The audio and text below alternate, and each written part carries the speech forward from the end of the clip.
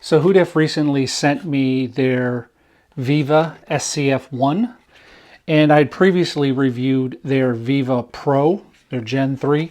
So I thought, this has got the supercritical foam in it. All the cells of the polypropylene core are filled with foam. So I thought I'd do a little sound comparison. So Viva SCF1 in the right hand, Viva Pro Gen 3 in the left hand. And let's see the difference in the sound.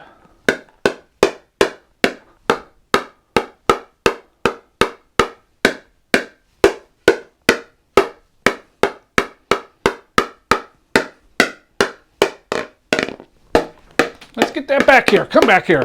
Ho! Anyway, what did you think?